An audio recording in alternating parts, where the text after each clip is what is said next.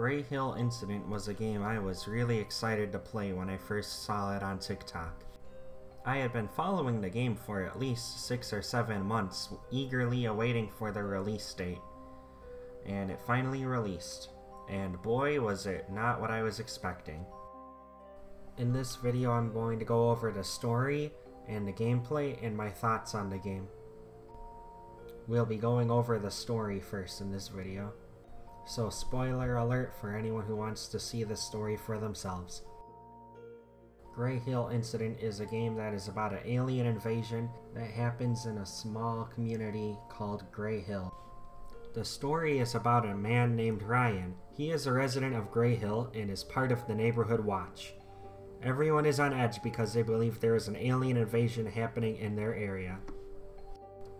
And instead of getting help, they want to keep it a secret because they are afraid of being called crazy. Ryan is tasked with checking on everything for the night and to also look for a cat that belongs to his neighbor Bob, the local conspiracy theorist. Before you go outside for your shift, you look around inside your house believing there's an intruder. Henry, there's someone in your room. And after going into your son's room, you find nothing but an open window that the intruder escapes out of. Then your dog sees something in the backyard. It's a bright light and your dog decides to run after it. And instead of further investigating, Ryan decides he would rather go back to his work and check on his neighbor across the street, leaving his son Henry alone in the house where he just saw a potential alien only a couple yards away outside. Father of the year, everyone. Ryan is then told to go across the street to check on his neighbor, and he finds a bunch of dead cows and a broken tractor. And after investigating inside the tractor, he gets to listen to a tape of his neighbor explaining that aliens attacked him and that he's surrounded by them. Joe, they're trying to break into my tractor. I hope this message gets to you. And along with the description of them, small and gray. I was expecting a jump scare here, but it never happened. And after listening to your neighbor's last words, you find Bob's cat in the field with a bunch of weird electrical stuff on them. Bob is glad you found his cat and says his cat must have been abducted by the aliens because of the weird electrical components in his head. Ryan, I think they abducted Kitty. Afterwards, Bob's RV starts to shake violently, and a UFO lands on the farm near where you found the cat. The UFO disables the RV so you can't drive away.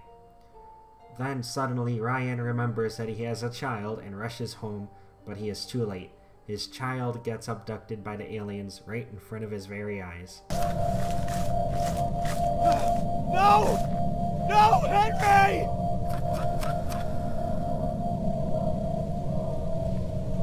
On your way back to Bob, a police car crashes nearby.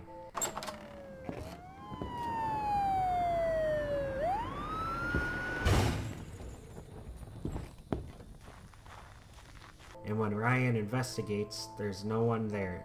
Just a gun and a top-secret report about an expected alien invasion of Greyhill. I don't know why a police officer would have something like that, but whatever. Bob decides to make your house his headquarters since the aliens already went through your house when they kidnapped your kid. And he tells you to go collect some supplies down the road. We have a little problem. I used up all the nails. This morning, I brought all my nails to the Creek family. Mr. Creek put them on the table in their house. You have to go get them. It's the first house on the left. There, you encounter your first alien. And it turns out, despite having the technology to make flying saucers that can travel to other planets, they have one weakness. Guns. 2 shots and the alien is out of the picture. And after collecting some things for Bob, you get a call from a stranger. It's the police officer that was driving the car earlier. He reveals that he works for the government and that the government already knew the invasion was going to happen and that they were trying to cover it up. He tells you to gather tinfoil, but doesn't say what for. Listen, Ryan, you have to get as much tinfoil as you can. At least 5 rolls. On your journey for tinfoil, you find Matt. Matt has locked himself inside of a safe to hide from the aliens, and he asks you to unlock it for him. Hello? Hello? Help! I'm locked in here! And after finding the code and doing so, He goes to Amy to tell her about their plan to get an old plane ready to fly so they can get close to the UFO, so they can try and rescue Henry. It's a stupid plan, but they decide to go through with it anyways, instead of, flying away from the aliens. Yeah, I'll go find one. You just better have that plane ready. The police officer from earlier calls you back and says the aliens have put some sort of device inside of him, the same stuff that they put inside of Bob's cat. He has you meet him at a church. They put something in me. It's cold to the touch. Some kind of metal, maybe. I'm almost at the church.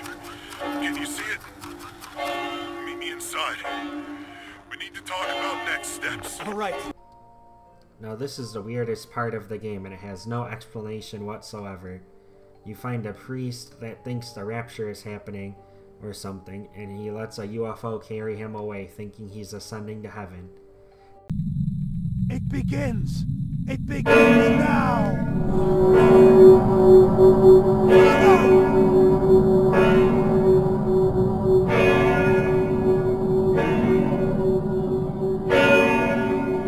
And after that, you finally meet the police officer, but he dies before giving you any useful information besides a number to call. Only trust the man on this number. I never thought I'd die in a goddamn graveyard.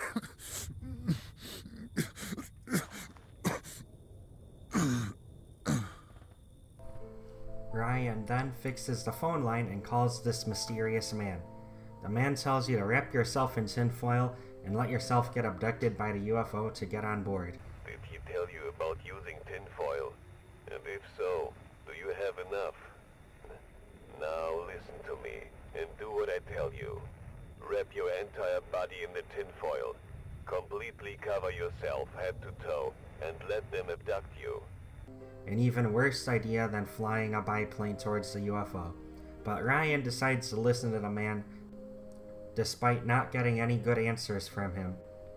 After wrapping yourself in the foil, you see Amy and Matt fly overhead to rescue Henry, but they get abducted by the UFO, leaving just you, Bob, and your neighbor's kid, Rachel. Rachel is annoying and tries to get away from you, despite you trying to help her since her dad was abducted by the aliens too. She runs into a field, and after finding her stuffed teddy bear, you realize she ran towards a barn. When you finally get inside the barn, Bob drives through a wall with his repaired RV to pick you and Rachel up. Rachel, I'm here.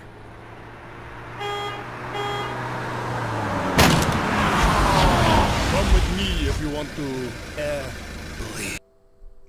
But Ryan decides to go through with the mysterious phone guy's plan and lets himself get abducted by the UFO while Bob and Rachel drive away.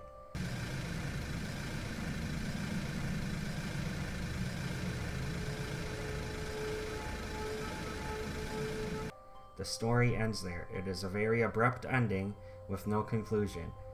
Bob is just driving away with Rachel and his cat, and the fate of Ryan and the others is left a mystery. Well, I mean, I'm sure Ryan is dead considering he trusted that random guy on the phone that he only talked to for like 20 seconds. But that's his fault. He could have easily gotten away with Bob. Ah, look at me. Rambling again. Well, I hope you folks enjoyed yourself. Catch you on later down the road. I'm gonna be real, guys. I hate this ending. They need to make some DLC and give us a proper ending, because this ain't it. And now we move on to the gameplay. I thought the gameplay was okay. It has some basic stealth elements that sometimes work.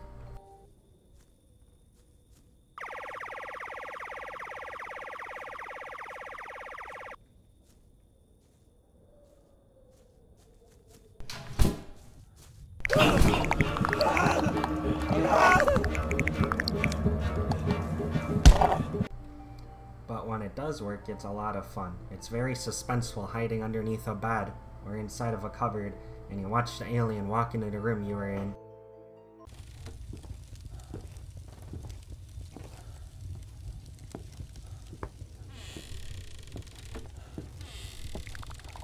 hiding isn't the only way you can get away from the aliens. You can also fight back with a pistol that you find at the beginning of the game.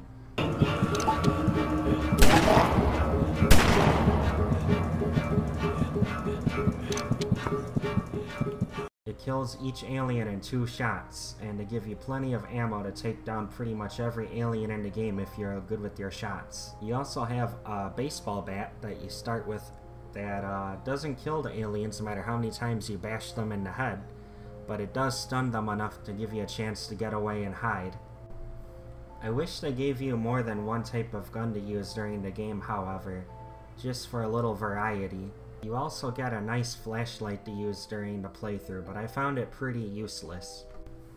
It took too long to charge, and there wasn't very many places where it was so dark that I couldn't see anything, even with properly configured brightness settings. The only danger in this game are the aliens. They just slowly walk towards you and grab you, and they make these weird noises when they're grabbing you.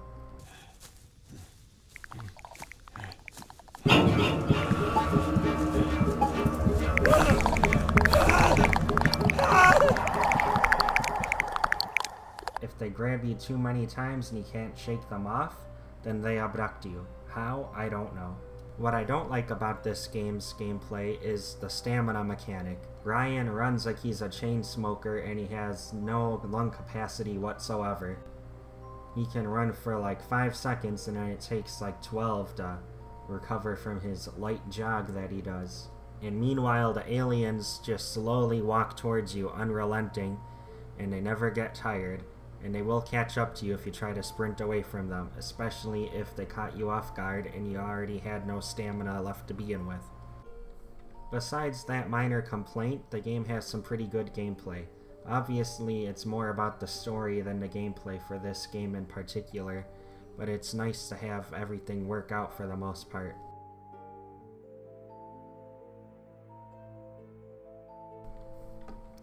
And now for my thoughts on the game. I was a little disappointed when I first got the game. However, after many updates, they have made the game much better. The best of these updates being the one that fixes the corn maze so you don't wander aimlessly for 30 minutes like I did.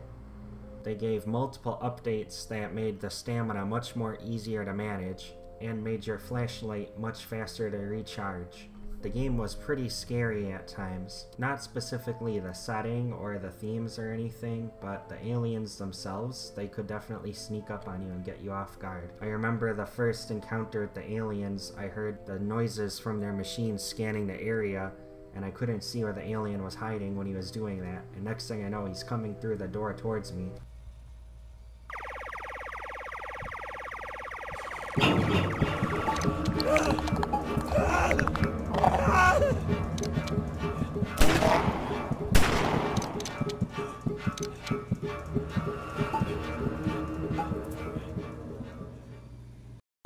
I really wanted to like this game and I was very excited to play it, but it was just kind of a meh game, especially for $25. I feel like 10 would be perfect, especially after all the updates they did to it.